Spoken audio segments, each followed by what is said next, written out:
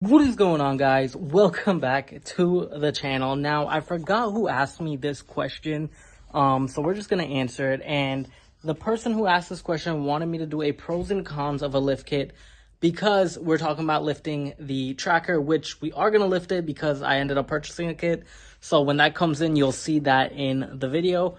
But the person wanted the pros and cons, so I made a list, and I'm so sorry that I don't remember your name. I just know I kept it in my notes, and eventually I'll find out your name and I will put it in the description below so you get your recognition for this question. But anyway, let us start with the pros. So the first thing, I've written them down here on a list because I can't remember a lot of stuff, but on the pro side, it has an increased clearance. You have better visibility, which is cool to be higher than everyone else. You can see stuff better. I know with the Avalanche, it's a lot higher than smaller cars. Of course, it's a truck. When it's raining, especially here in Florida, we have those really hard, like white rain where you can't see nothing. In an Avalanche, it's like cake. You could still see something. You're still a little bit visible. It's not that bad. The ability to drive through anything, basically tough terrain. It depends on how high the vehicle's lifted as well. I'm not saying that you can go, drive in the ocean and not damage anything because you'll drown along with your vehicle. But you can drive through puddles and water and stuff like that, and rocky terrain and stuff like that. I mean, obviously, if it's water, make sure you have a snorkel so your engine can breathe. But I don't recommend going through any rapid rivers that are flowing through the streets. I don't recommend that at all because people end up getting stranded and their vehicle gets washed away. So don't do that. Easy maintenance is another one.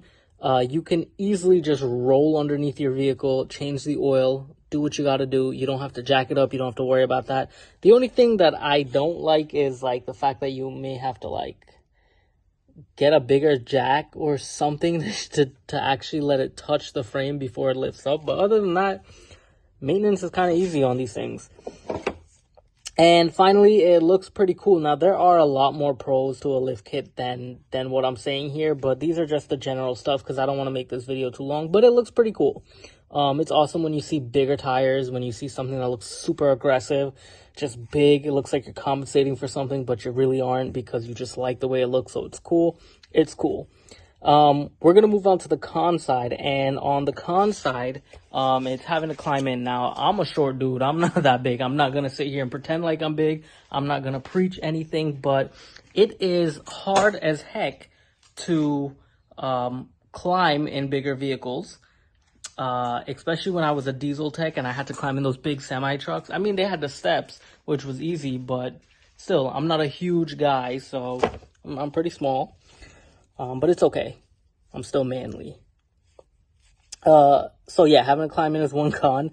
Another con is incorrectly installed. It can damage your vehicle and speed up wear and tear on your joints and stuff like that. Axles, U-joints, all those stuff can speed up the wear and tear. So make sure if you're getting something like this installed, you go to a professional who knows what they're doing. Also, another thing you want to do is make sure that you're doing your research on the types of lifts that you're getting and make sure that there are lots of reviews. Watch videos, watch everything, watch pros and cons of that lift kit before you get it, because you don't want to put out $2,000-$3,000 on something that's just gonna suck. So do your research. Bigger tires is another con. Now, even though bigger tires look cool, they are more expensive. You are going to be spending a lot more money.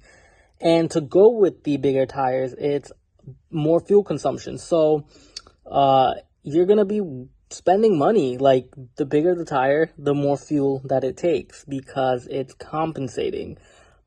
Just like the higher the lift, I feel like it still compensates. Now, the next one that I say is not cheap as well because everything costs a lot more. Lift kit is like $2,000, $3,000, $4,000. Then you have to get the labor to install it, so that probably costs a little bit more. Then you got to get the bigger tires. Then you got to get the fuel that's going to cost you more money that's pulling this. Then you don't know what's going to break along the way, what you're going to have to do, increase maintenance, stuff like that. So these are things that you have to keep in mind. Now, one thing that I don't like with lifted trucks is the Carolina Squat. I think that is the most dumbest thing I've ever seen in my life.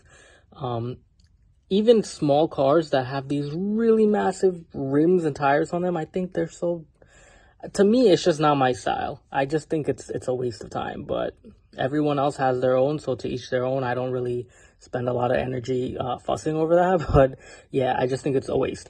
But like I said, to each his own. Everyone likes their own stuff. I don't, but that's them, so more power to them. But yeah, that's all I have on my list. Now, like I said, there are obviously more pros and obviously more cons out there. You can do your research and see what you like and what you don't like. I'm just telling the information that I've gathered. And yeah, so I hope you enjoyed this quick video. If you did, make sure that you hit the like button below. And if you did not, well, then don't like the video at all. That's fine too. Or dislike it. That's fine as well. But make sure you do one or the other.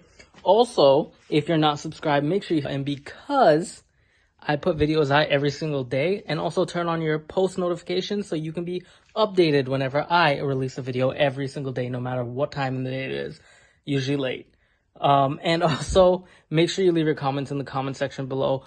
The person who asked this question, I promise you I'll put your name in the description below. I just totally forgot who you were, but I know I wrote this question down in my notes so that way I can make this video. But other than that, I will see you. Oh, before we go, here's a tracker in case you haven't seen my Instagram stories, in case you have not, follow me on Facebook or Instagram.